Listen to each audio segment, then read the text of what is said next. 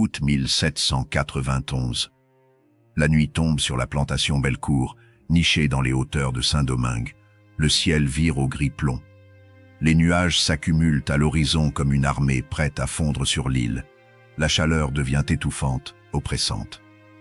Les oiseaux se taisent, les chiens gémissent et se cachent sous les vérandas.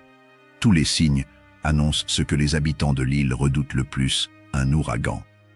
Marquise Catherine de Saint-Domingue observe le ciel depuis les fenêtres de sa demeure. Cette femme de 32 ans règne sur 300 hectares de canne à sucre et 87 esclaves. Son mari, le marquis Édouard, est mort 3 ans plus tôt d'une fièvre tropicale. Depuis, elle dirige seule l'exploitation avec une main de fer. Les autres planteurs la méprisent. Une femme qui commande des hommes, qui prend les décisions, qui refuse de se remarier. Une aberration dans cette société coloniale rigide. Catherine n'a pas toujours été cette femme froide et impénétrable. Elle arrive à Saint-Domingue à 18 ans, jeune mariée pleine d'illusions. La réalité de la colonie la frappe de plein fouet. L'esclavage, qu'elle connaissait par les récits édulcorés des salons parisiens, se révèle dans toute sa brutalité.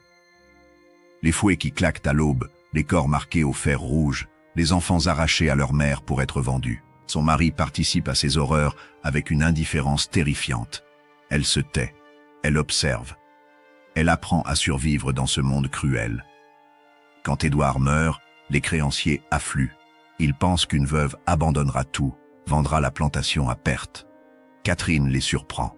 Elle négocie, menace, manœuvre. Elle conserve son domaine. Mais pour cela, elle doit devenir aussi impitoyable que les hommes qui l'entourent. Elle ferme son sœur. Elle oublie ses rêves de jeune fille. Elle devient la marquise, une femme que personne n'ose défier. Le vent se lève, les premières rafales courbent les palmiers. Les contremaîtres courent dans tous les sens, hurlant des ordres. Il faut sécuriser les récoltes, rentrer les outils, attacher les animaux. Catherine descend de sa demeure pour superviser les préparatifs. Son regard tombe sur Cheikh. Cet homme de 28 ans travaille au champ depuis 6 ans. Il arrive du Sénégal dans les cales d'un négrier. Sa force physique impressionne les acheteurs lors de la vente aux enchères. Catherine elle-même le remarque.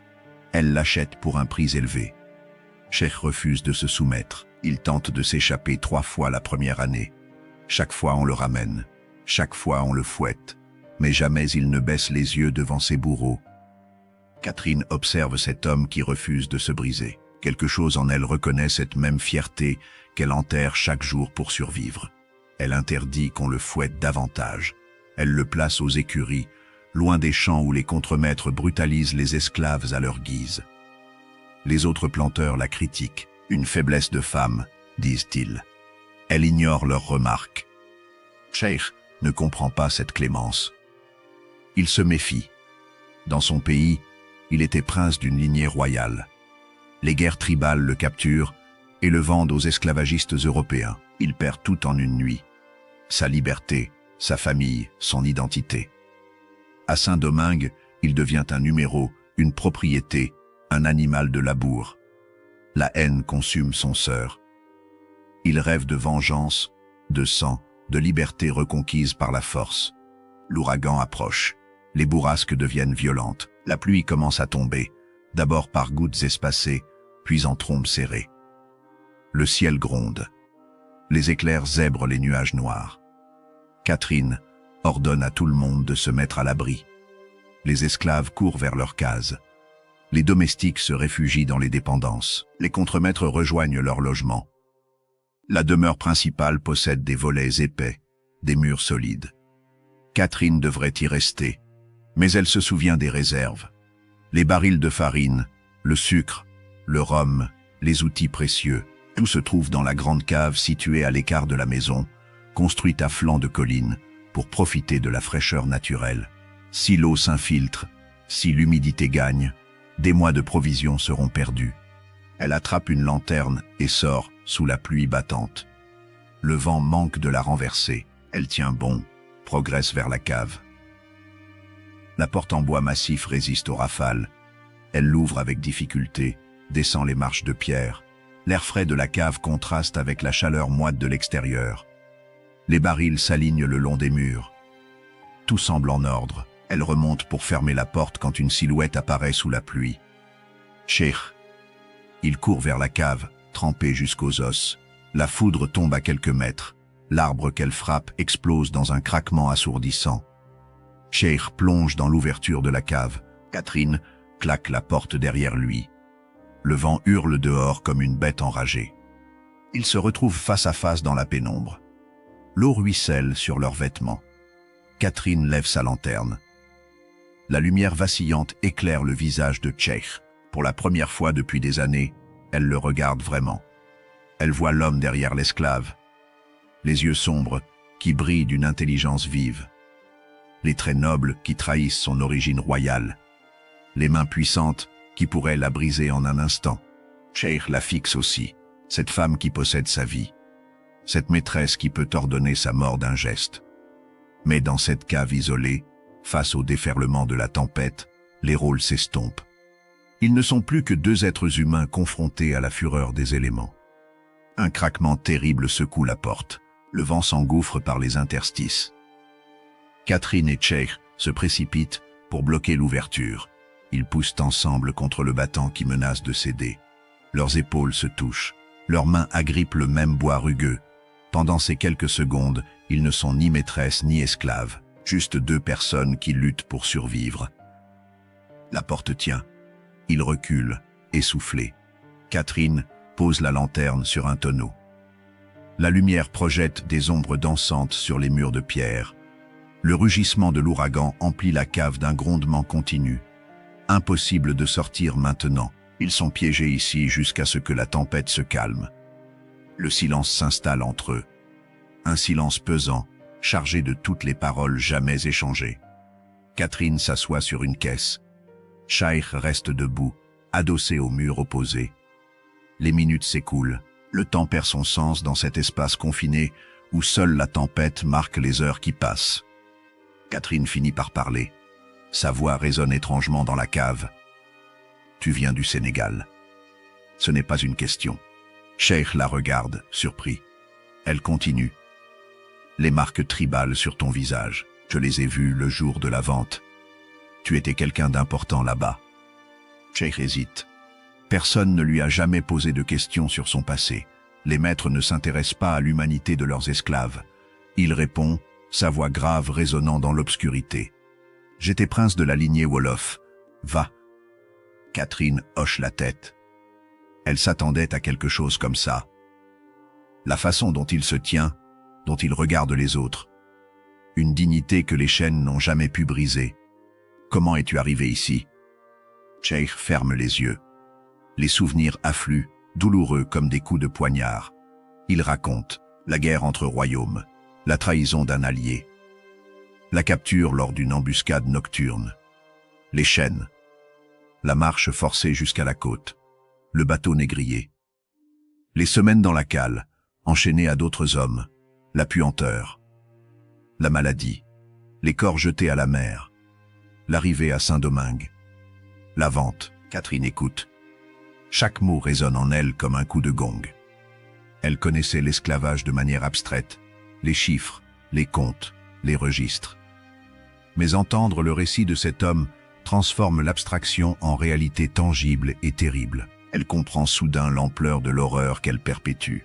« Pourquoi me racontes-tu cela ?» demande-t-elle finalement. Cheikh ouvre les yeux. Il la regarde avec une intensité qui la transperce. « Parce que vous m'avez posé la question. Parce que pour la première fois, quelqu'un veut savoir. Vont. » Catherine détourne le regard. La culpabilité monte en elle comme une marée. Elle cherche des mots, une justification. Elle murmure « Je n'ai pas créé ce système. Je suis né dedans. » Cheikh rit. Un rire sans joie qui résonne amèrement. « Moi aussi j'étais né dans un système. J'avais des esclaves dans mon royaume, des prisonniers de guerre, des criminels. Je ne me posais pas de questions. Puis je suis devenu l'un d'eux, j'ai compris. » Ces paroles frappent Catherine avec la force d'une révélation. Elle réalise que cet homme comprend les deux côtés. Il a été maître et esclave. Il connaît l'illusion du pouvoir et la réalité de l'impuissance. Elle se lève, s'approche de lui. Pour la première fois depuis des années, Elle laisse tomber son masque de femme forte. J'ai honte. 2 mots simples.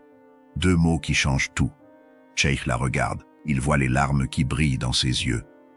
Cette femme qui terrorise les contremaîtres et impressionne les planteurs pleure devant lui.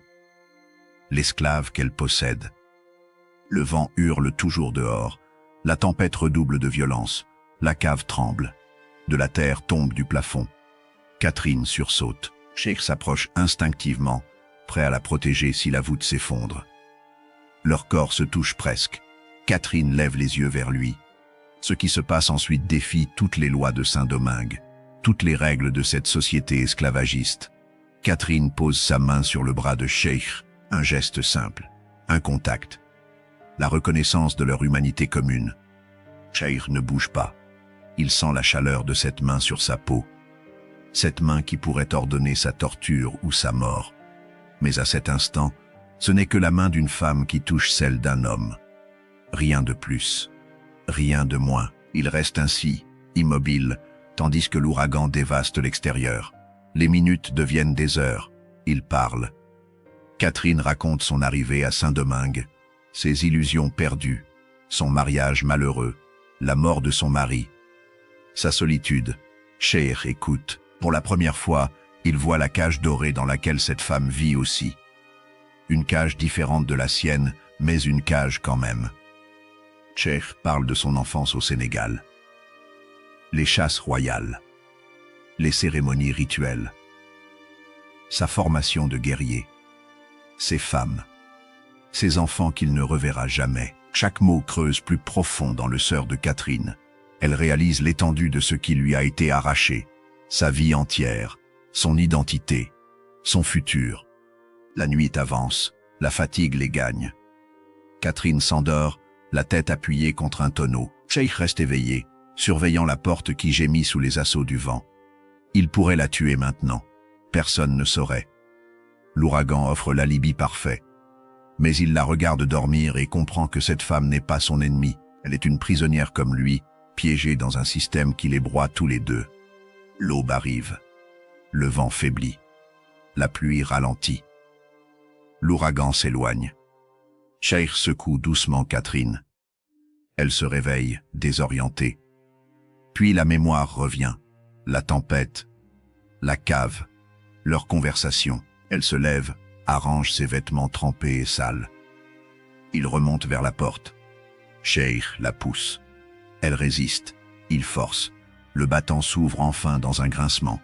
La lumière grise du matin inonde la cave. Ils sortent et découvrent le carnage. L'ouragan a tout détruit. Les arbres arrachés jonchent le sol. Les toits des cases se sont envolés. Les champs de canne à sucre ressemblent à un champ de bataille. La demeure principale a perdu une partie de sa toiture. Des débris partout. Des animaux morts. Le silence après la fureur. Les survivants sortent lentement de leurs abris. Ils regardent les dégâts avec des yeux vides. Tout est à reconstruire. Des mois de travail. Catherine observe ce désastre. Elle devrait penser aux pertes, aux coûts, à la reconstruction. Mais son esprit reste dans la cave, dans ce moment suspendu où elle a vu au-delà des apparences. Les contremaîtres arrivent. Ils voient Catherine et Cheikh sortir ensemble de la cave. Leurs vêtements sales, leurs cheveux défaits, leurs regards qui se croisent. Les soupçons naissent immédiatement. Les murmures commencent. Une maîtresse blanche et un esclave noir. Seule toute la nuit. L'impensable. Catherine sent le poids des regards. Elle redresse les épaules. Elle reprend son masque de maîtresse impitoyable. Elle ordonne à Cheikh de rejoindre les autres esclaves pour commencer le nettoyage. Il obéit sans un mot, mais leurs yeux se rencontrent une dernière fois. Un regard qui dit tout ce que les mots ne peuvent exprimer. Les jours suivants, la plantation redevient une ruche d'activité. On déblaye, on répare, on reconstruit. Catherine supervise tout avec son efficacité habituelle. Mais quelque chose a changé en elle. Elle observe différemment les esclaves qui travaillent. Elle voit les hommes et les femmes derrière les outils. Les vies brisées, les rêves perdus. Elle commence à faire des changements subtils. Elle réduit les heures de travail. Elle ordonne de meilleures rations. Elle interdit les punitions corporelles sans son autorisation. Les contremaîtres grognent mais obéissent. Les autres planteurs remarquent. Ils l'accusent de faiblesse. Elle ignore leurs critiques. Cheikh travaille aux écuries. Il évite Catherine, pas par ressentiment, par prudence. Les rumeurs circulent déjà. Si on les voit ensemble, les conséquences seraient terribles. Pour elle, le scandale. Pour lui, la mort. L'ordre social de Saint-Domingue ne tolère aucune transgression de la barrière raciale. Mais Catherine le cherche du regard, dans la cour, aux écuries, pendant les distributions de nourriture. Elle ne peut s'empêcher de penser à lui, à leur conversation, à cette nuit où ils étaient juste deux êtres humains égaux face à la tempête. Cette pensée devient une obsession qui ronge son quotidien. 3 semaines après l'ouragan, Catherine prend une décision. Elle attend la nuit. Elle sort de sa demeure et marche vers les écuries. Les chiens ne grognent pas. Ils la connaissent. Elle entre dans le bâtiment. L'odeur du foin et des chevaux l'enveloppe. Une petite pièce au fond sert de logement à Cheikh. Elle frappe doucement. Il ouvre. Sa surprise se lit sur son visage. Catherine entre rapidement, referme la porte. L'espace est minuscule. Un lit de paille, une couverture usée, une cruche d'eau. Rien d'autre. La réalité de sa vie d'esclave condensée dans ces quelques mètres carrés. « Vous ne devriez pas être ici », dit Cheikh. Catherine sait qu'il a raison. Mais elle ne peut plus vivre dans le mensonge. Elle doit dire ce qu'elle ressent. « Cette nuit dans la cave, tu m'as montré la vérité. » Cheikh la regarde. Il comprend. Cette femme a vu au-delà du système. Elle a reconnu l'humanité qu'on lui a appris à nier. Mais cette reconnaissance ne change rien. Les lois restent les mêmes. Les chânes demeurent. La vérité ne vous libérera pas, répond-il doucement. Catherine refuse de partir malgré le danger que représente sa présence dans la chambre de Cheikh. Elle lui confie ses projets secrets, alléger les conditions de travail, améliorer les rations, préparer l'affranchissement de certains esclaves. Cheikh écoute avec scepticisme. Il a trop souffert pour croire que ses bonnes intentions changeront vraiment les choses. Le système esclavagiste est trop puissant. Catherine se lève alors et lui propose de combattre ensemble. Cette promesse scelle leur destin commun. Les nuits suivantes, Catherine revient discrètement voir Cheikh. Ensemble, ils élaborent des plans minutieux. Elle peut falsifier les registres, détourner des fonds, créer de faux papiers d'affranchissement. Lui peut organiser les esclaves, préparer une évasion collective, établir des contacts avec les esclaves marrons réfugiés dans les montagnes. Mais au-delà de cette alliance stratégique, un sentiment plus profond naît entre eux. Catherine admire son courage, sa force, son refus obstiné de se soumettre. Cheikh voit en elle une femme qui sacrifie ses privilèges pour ses convictions. Un soir, leurs mains se touchent. Le désir explose entre eux, puissant et dangereux. Ils connaissent les risques. La loi coloniale punit de mort toute relation entre une femme blanche et un esclave noir. Pourtant, ils s'embrassent et font l'amour sur le lit de paille. C'est un acte révolutionnaire, criminel, mais surtout un acte non-amour qui affirme leur humanité commune face à un système qui la nie. Les semaines passent. Leur double vie continue.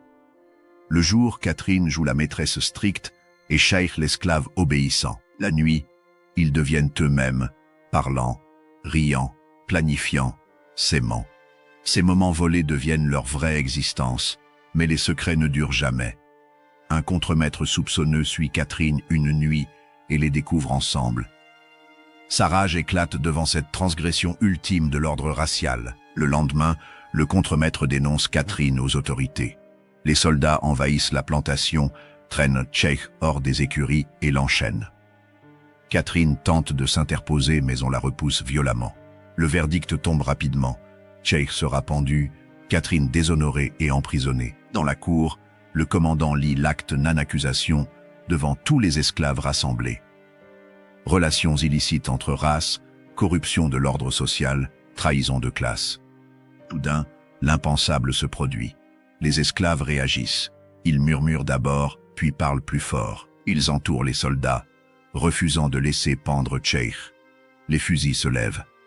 La révolution semble imminente, mais Catherine intervient. Elle supplie les esclaves de se retirer, de ne pas mourir pour elle. Lentement, la foule se disperse. Les soldats emmènent Cheikh. Catherine obtient quelques minutes pour lui dire adieu. Dans la cellule, ils se font face une dernière fois.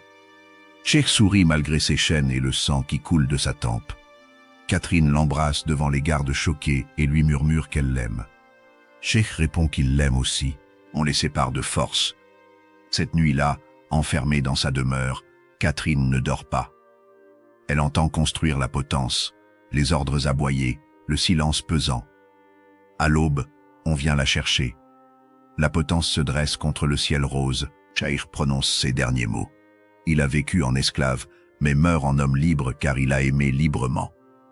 Catherine pleure ouvertement. Quand le bourreau s'approche, elle se débat pour monter sur l'échafaud avec lui. Les esclaves se mettent à chanter un chant africain que Cheikh leur a appris. Dans la confusion, le commandant ordonne l'exécution immédiate. Cheikh meurt en souriant. Catherine s'effondre.